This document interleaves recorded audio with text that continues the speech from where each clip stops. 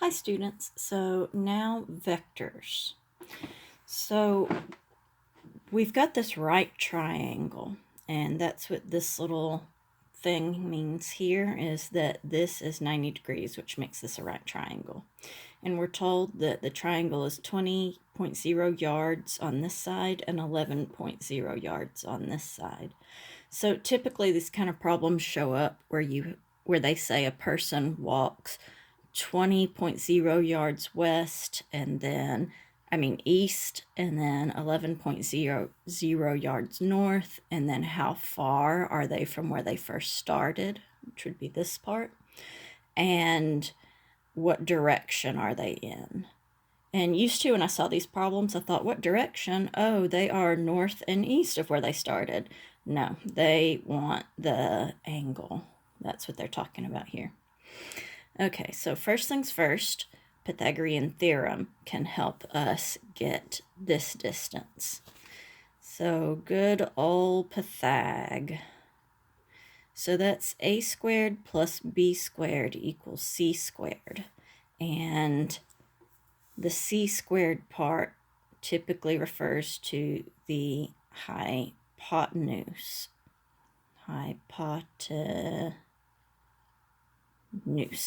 And the hypotenuse is the longest side of the triangle. The longest side of the triangle is the one that is opposite the 90-degree angle. So if you can't tell which side is the longest, look for the 90-degree angle and then look opposite to that, and there's your hypotenuse.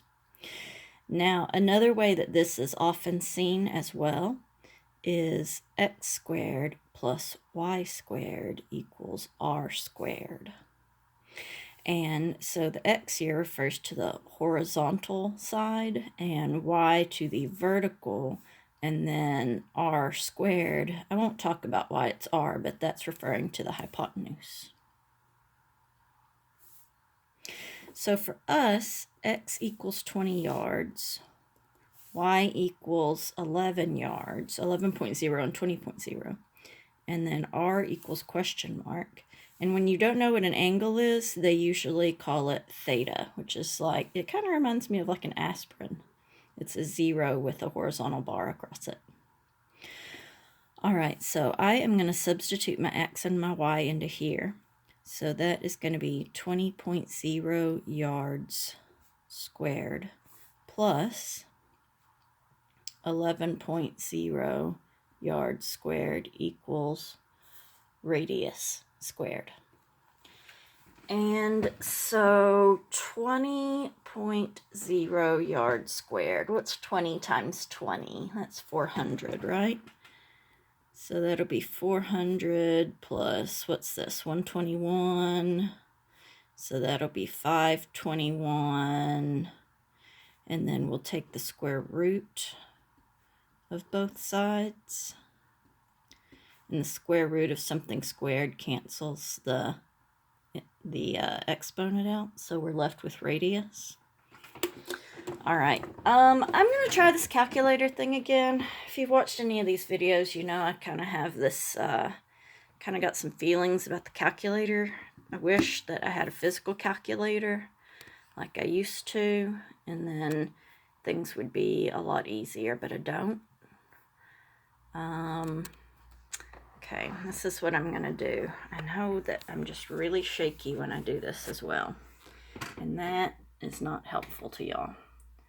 Okay, so I'm going to clear this out. And I know I did a bunch of mental math, but let me just go ahead and say, okay, we've got 20.0. Maybe I should zoom in like this, but then you can't see the screen. 20.0, and then here's my squared button.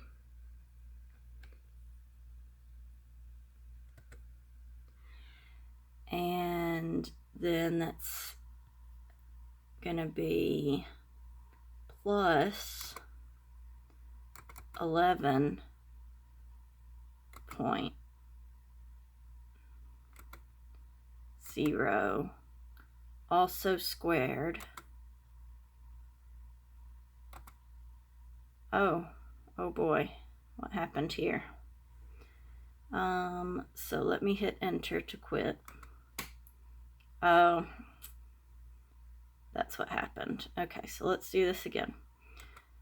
20.0 squared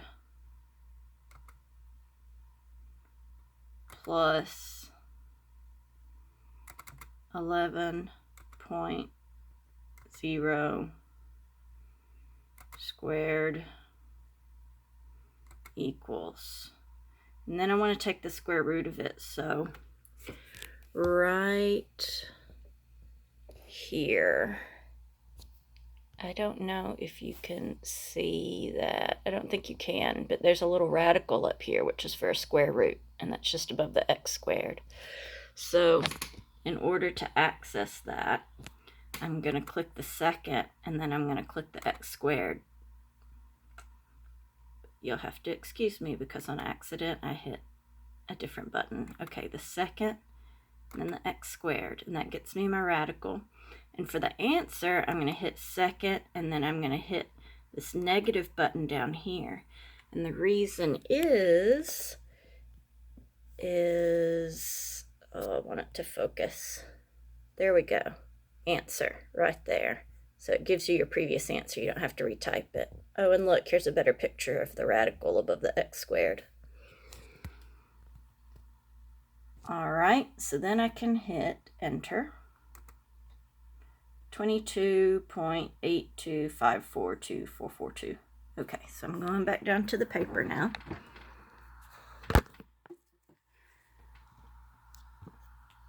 All right, so that is, oh, I'm sorry. Okay, there we go. That is 22.825.42442, and that is yards.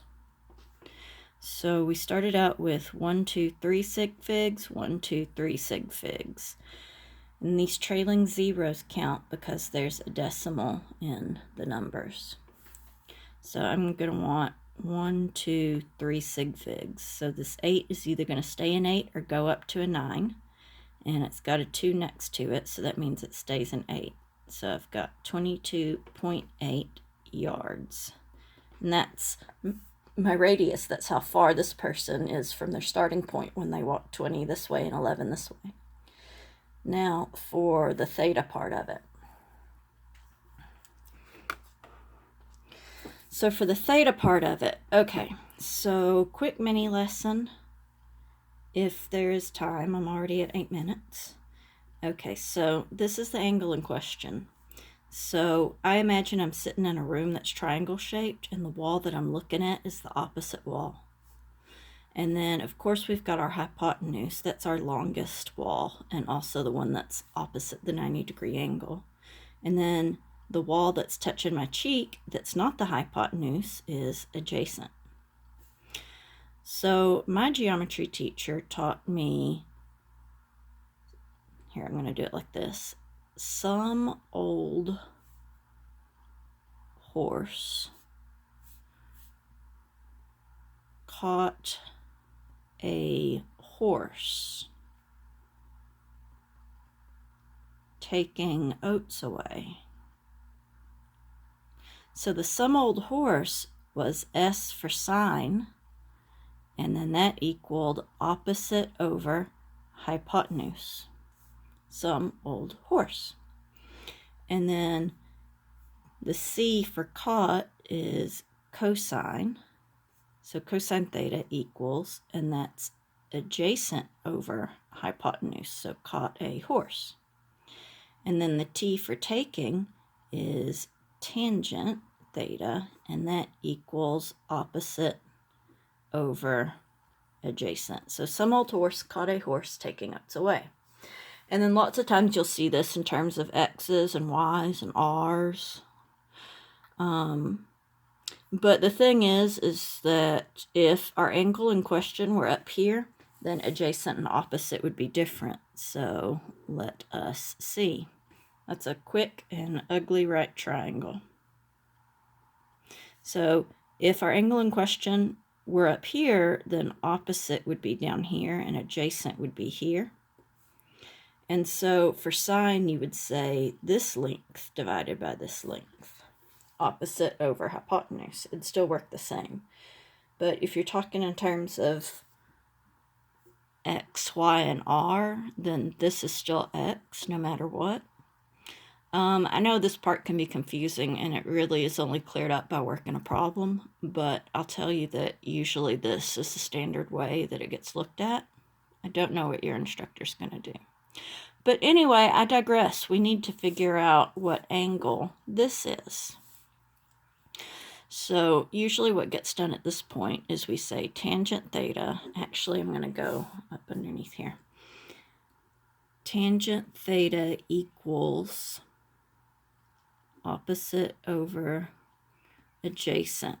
So tangent theta here equals 20.0 yards over 11.0 yards. And we're going to take what's called an inverse tangent in order to find out what theta equals.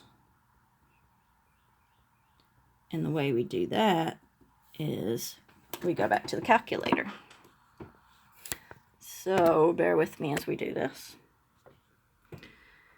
Okay, so before I even turn it on, I want to show you that we have sine, cosine, tangent, and then in blue above it, can you see inverse sine, inverse cosine, inverse tangent? So what we're going to do is we're going to hit the second button and the tangent button so we can get that inverse tangent. And then we're just going to enter in the two numbers that are in our fraction. So let me focus. All right. So we've got on. I'm going to say second tangent. And that way I get my inverse tangent. And then we had 20.0 divided by 11.0, and then close parenthesis, then enter. And you know what? I forgot to check if we were in radians or not, so I'm going to click on mode. We are in degrees, so that's good. To get out of mode, I'm going to hit second mode, because just above it is where the quit is. See? Right here. Okay, so 61.189,206.26 degrees. So going back down here now.